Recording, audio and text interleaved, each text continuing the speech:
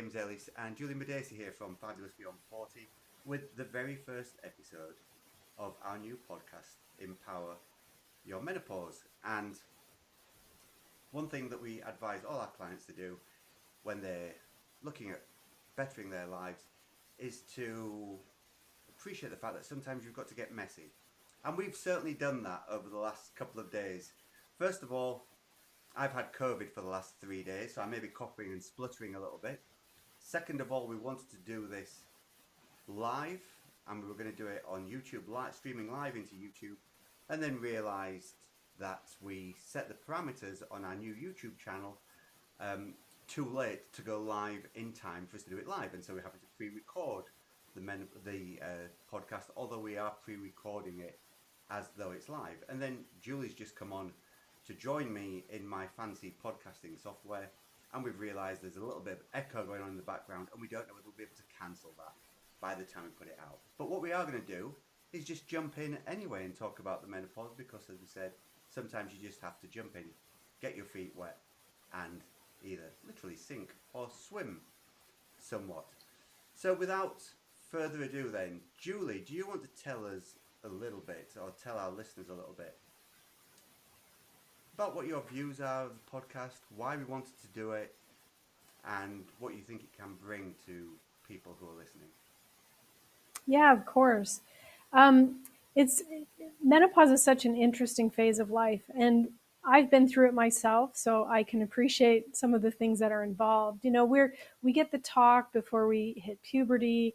We get talked to about childbearing years and pregnancy and even child development stages, but nobody ever talks about menopause. It's like this guilty secret. And had I had the tools available to me that we have to share with you when I went through it, I certainly would have had a much different experience.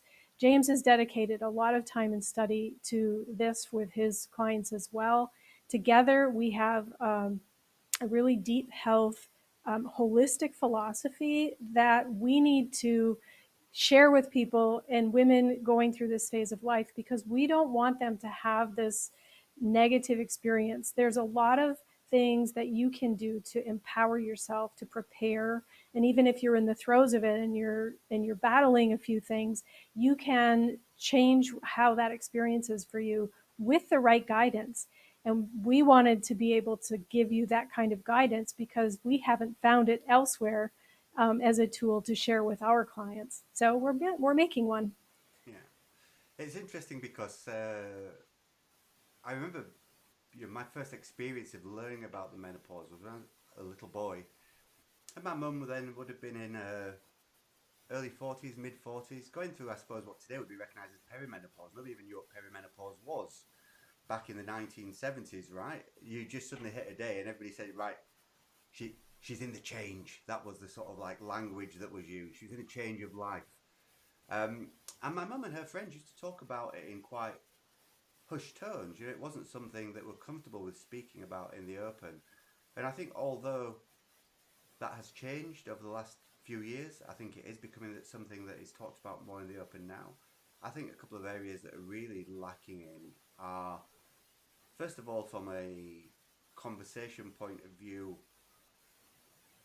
your lifestyle interventions that can help with menopause transition aren't really discussed that much. And I think when you look at the science as well, there's still not a lot of scientific studies. I'm a real nerd when it comes to scientific studies. I spend a lot of time on a library called PubMed, which I'm sure you know, Juli, which is where you can find scientific studies. It's almost anything that you want. And you put in menopause and something else, and there aren't a lot of studies out there. That may be because historically most studies, that sort of like scientific medical community, has mainly been run by white middle class males, and therefore most of the things that they study are about white middle class male health.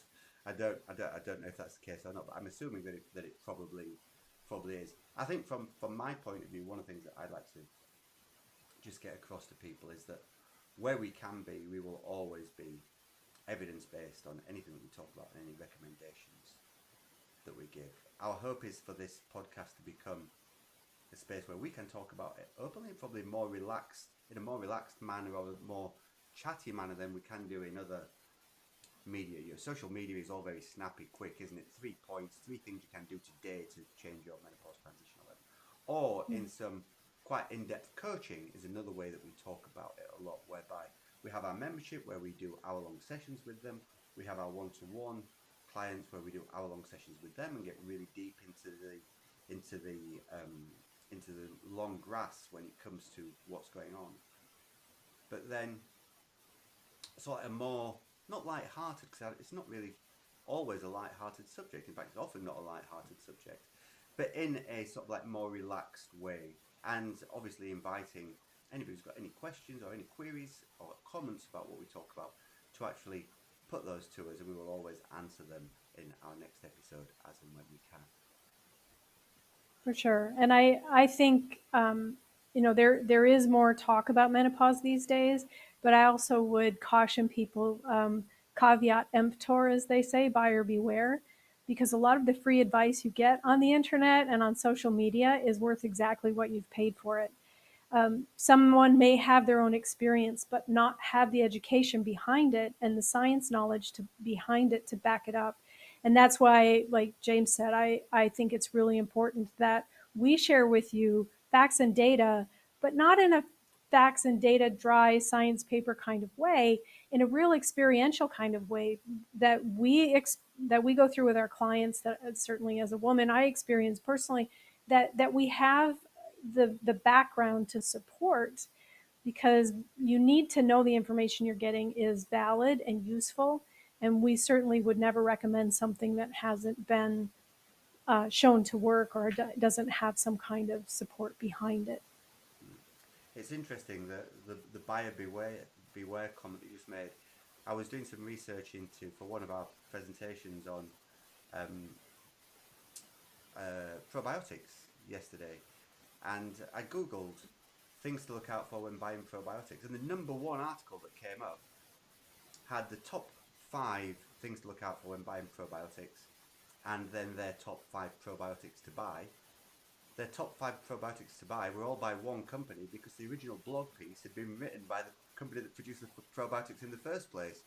And so it was clearly just an advert. It wasn't anything beyond that at all. It was dressed up in Yeah. some sort of like well-meaning advice, and although the advice wasn't totally unsound, it was designed just to sell that particular brand of probiotics. I thought that was really interesting.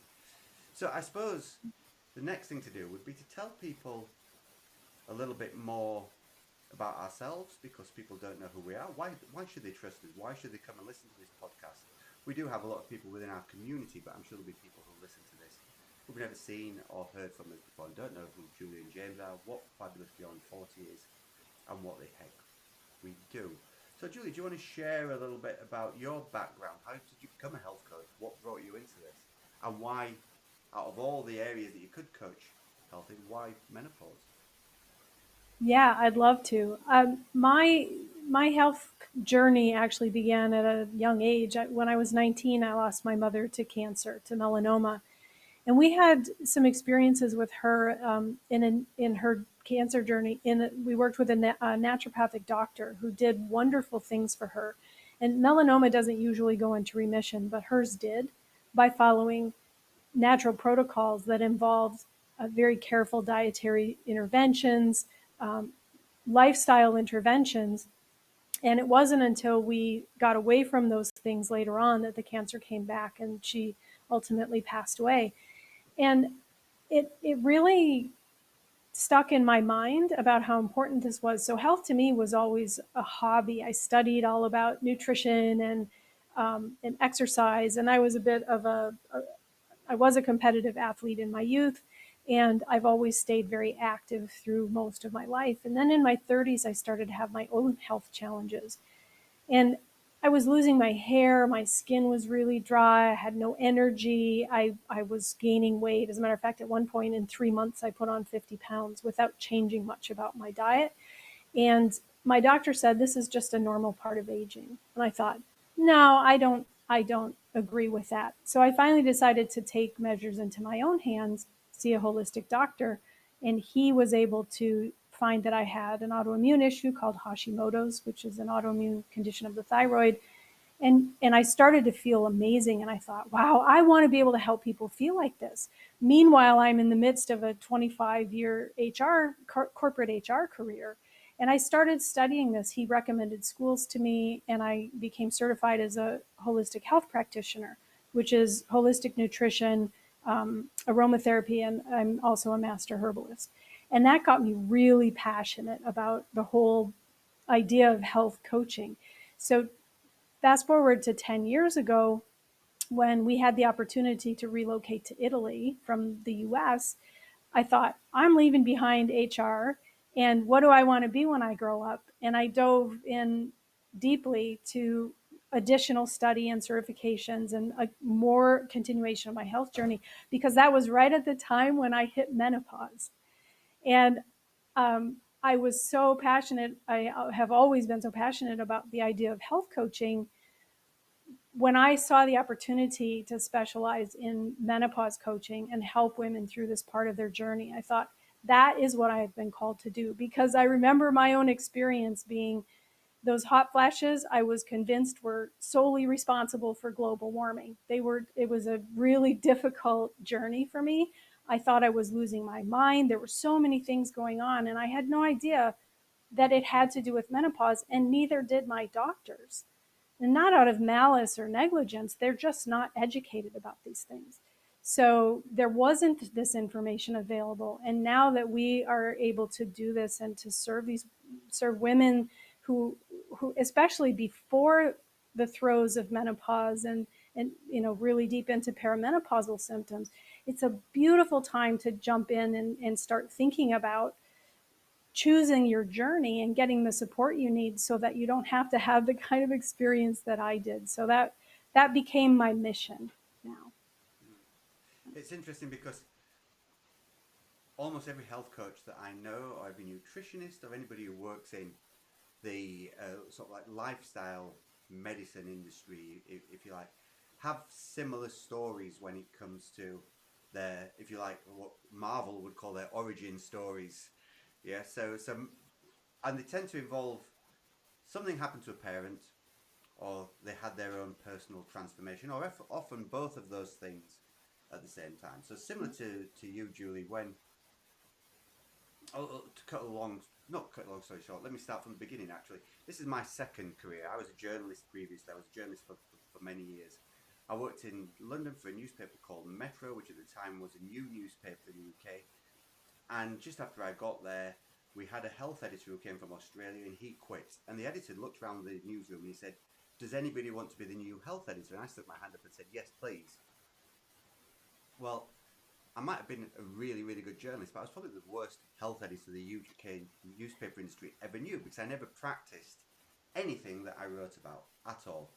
I was a young man, I was working in the media in London, powerhouse city at the time, late 1990s, lots of stuff going on. The whole Britpop thing was going on from a culture point of view. So I would be out every night, living the high life, and then in early in the morning, working really, really hard throughout the day. Fast forward 5, 6 years from that, and I lost my father, who I'd only just reconnected with a few years before that. The second part of my story will tell you why that happened. And I lost him through preventable lifestyle circumstances. He had a bad diet, he drank too much, he smoked too much, he was overweight, he didn't exercise anymore. And when he had a health complication, all those other factors surrounding it made that health, exacerbated that health complication, and sadly he passed away. And so I took a look at my own life then and thought, actually, unless this changes,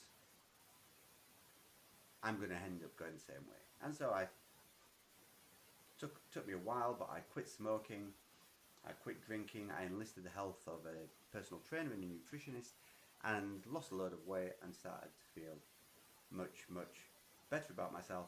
When the chance came to leave newspapers at some point due to a voluntary redundancy package, I took that money, retrained first as a personal trainer, then as a nutritionist, and then graduated into menopause from there. Why menopause? A lot of people might be asking when you're a guy. Well, I suppose that comes down to my other parent, that's my mum. Obviously, I spoke about her talking about the menopause in sort of these hushed terms before. My mum, if some American people who are listening might know this, but there's a British movie from the 1980s called Shirley Valentine. It's about a woman who is bored with a marriage and she decides to flee to Greece on holiday and then decides to go and live there because she enjoyed it so much. It's comedy, light-hearted. My mum preempted Shirley Valentine by 10 years in reality. So she went to Greece on holiday. Her and my dad had a pub. They weren't here in the UK. They weren't getting on very well, and she decided that she wanted to go and live in Greece. He didn't want to go with her, and that's why he and I were lost contact for a time. My mum bought a car and a trailer, and she drove down to Greece at 42 years old. Part of the inspiration for the fabulous Beyond 40 brand that Julie and I have, and packed her two kids, sorry, myself and my sister, who was 12 at the time, I was 10, my 21-year-old female cousin, and drove to Greece. We had no money apart from the car and the trailer. My mum had to work 7 jobs to keep us going.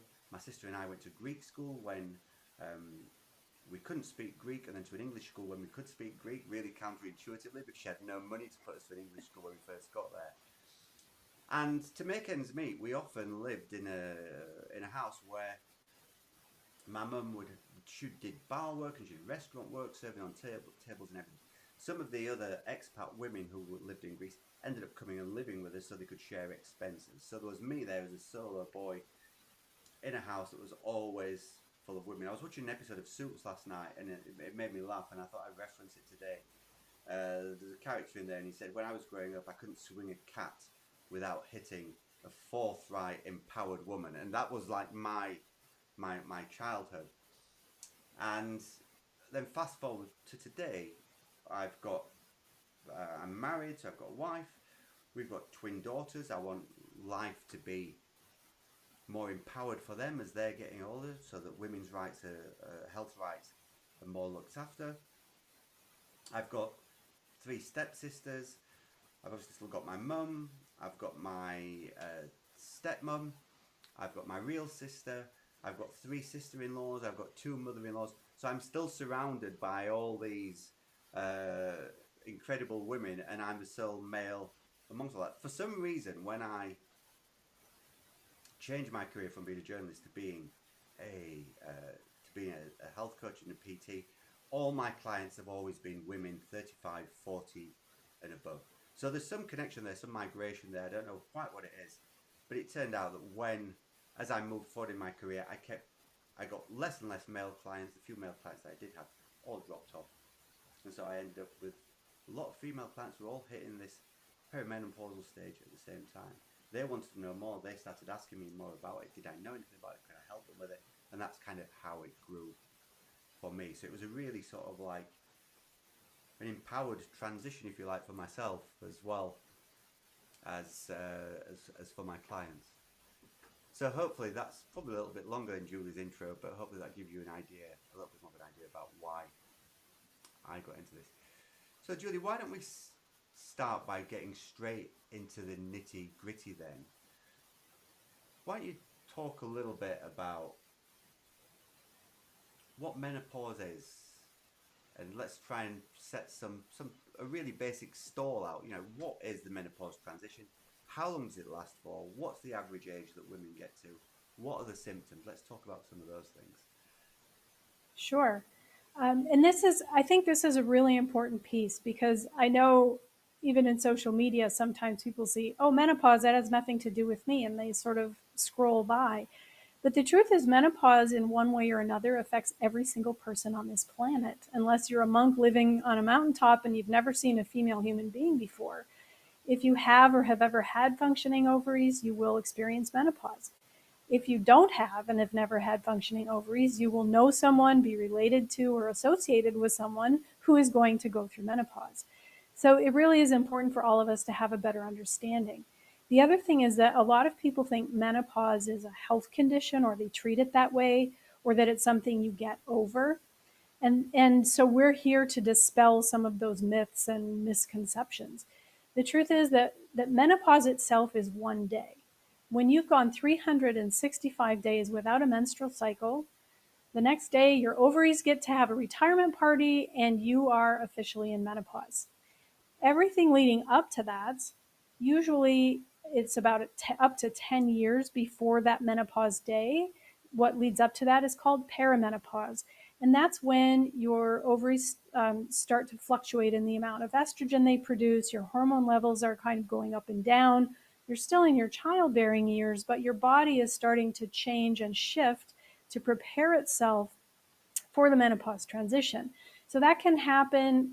It can happen in your mid to late 30s, but most commonly it happens around 41 to 50, 51, which is the average age of the women who go through menopause, who experience that menopause day. And everything after that is postmenopause. And we are in postmenopause until the day we die. So our bodies are continuing to change and shift, and it's important for us to understand how that's happening, to start to embrace our bodies and what they need now, instead of trying to go back to where we were in our 30s, because it's an incredible journey, and it's a very empowering time of life when we get to choose how that next chapter experience is for us. What do we want it to look like? And we have a lot more control over that than we may think. And we like the idea of empower your menopause, because a lot of times what we're shown in the media is about kind of a victim state, like this is happening to me, and it's a bad thing. But it's really not, because it's a time, again, when your body is transitioning, your kids are growing and eventually moving away, you may have grandkids at some point to play with, and you get to reinvent yourself. You get to decide who you want to be now for this last phase of your life. And since it can last as long as a third to a half of your lifespan, depending on how long you live, it's really important to take it seriously. It's not a medical condition. It is a life phase the same as adolescence and puberty and childbearing and child development, etc. In a nutshell.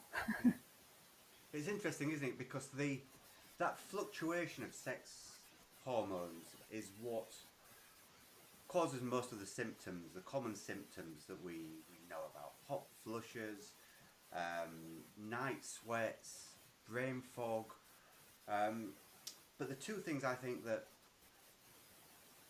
is really important to focus on, or to be aware of when it comes to the menopause transition, is that first of all, estrogen is just not solely responsible for sexual function. I think that is a real misconception that people have. It's all about having babies, and it's not. Estrogen affects so many different things around the body. I think there's something like 300 plus sites where there are estrogen receptors. So it regulates everything from your mood to your weight gain to how your bones create new bone, almost innumerable bodily functions regulated by estrogen. So once estrogen starts to fall, we aren't just looking at the period around where these symptoms cluster, which is around that day you were talking about, 365 days plus one, when you're officially in postmenopause. It's what the future health implications are through estrogen not being around anymore. And there are so many of them, from increased risk of cardiovascular disease, to increased risk of a fracture through osteoporosis, to increased cognitive, so brain, mental challenges. Absolutely a phenomenal amount of things that can come after the actual period of being symptomatic, if you like, has actually gone.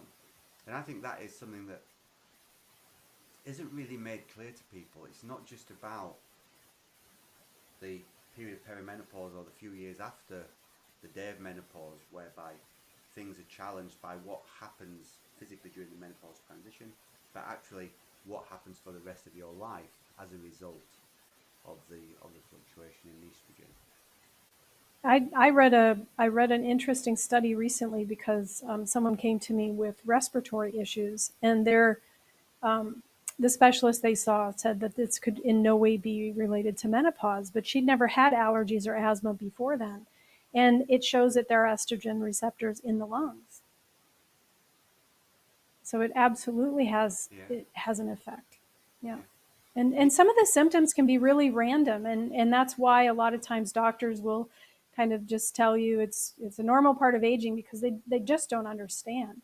And we're not medical doctors, certainly we're not dishing out medical advice, but we do have a bit more background in this because we're studying it more specifically and more directly. So there are symptoms I know, difficulty swallowing even is that just changes to your skin, the texture of your skin, changes to your hair, the texture of your hair. Um, Lots of things that you wouldn't necessarily associate with menopause directly. Again, food intolerances, allergies. We were talking about Yeah, it to our membership group last night, weren't we? How yeah, the fluctuations in estrogen start to affect your gut microbiome and actually can lead to a condition called intestinal permeability, which most people know as leaky gut. It's incredible just how many things can be changed because of this, and how the risk factors for future health increase. And that's why I think it's really important. It's never too late, obviously, to start a health journey. You know, you can start 60, 70, 80 and still see some improvements. But I think it's really clear that the earlier things start, the earlier you start to put things in, it's like depositing into a bank, isn't it? You fill up yeah. your bank account with money, and then you can withdraw more money as you want and still keep a nest egg in there for the future. And I think that's really, really important for people to be Yeah, aware. for sure. And these are things we'll dive into in more detail in future episodes, certainly because it's such a vast topic. Mm-hmm. And there are areas of expertise that neither one of us has, at least not yet. And we are continuing to study and learn additional things. And we'll, in future episodes, we'll bring in some guest experts who have knowledge in areas that maybe are complementary to what we know, or areas that we're not as well versed in, because it's important for you to have reliable information that you can use to shape this journey for yourself. And of course, we're here and happy to answer your questions and work with you if you need support.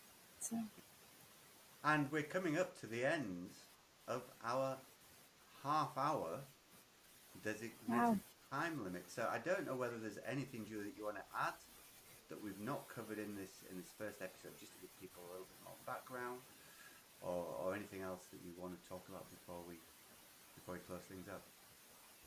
I think really quickly, there are two things. We were talking about sex hormones, and estrogen and progesterone are not the only ones that are affected in this phase of life, and they're not the only ones that you have in your body. So those are things we'll talk about because it's important to understand that. People, especially when people are asking about hormone replacement therapy, we need to understand how those hormones interact with each other and with your body. And then the other thing I would say is that the way you think, your perspective, your mindset, call it what you will, has a huge impact, makes a huge impact on how you experience this. So we're hoping that the things that we share with you and teach you will help you feel more empowered, because when you can change that perspective and get curious about it instead of thinking of it as something that's happening to you, you can change the way it is for you. Yeah, I think it's worth saying as well that aside from sex hormones, some things we will be talking about is how hormones don't actually work in silo. They work as part of a big Mm-hmm. system of other hormones, and how much the other hormones all play into the menopause transition and menopause symptoms as well. So I think that's it for episode one then.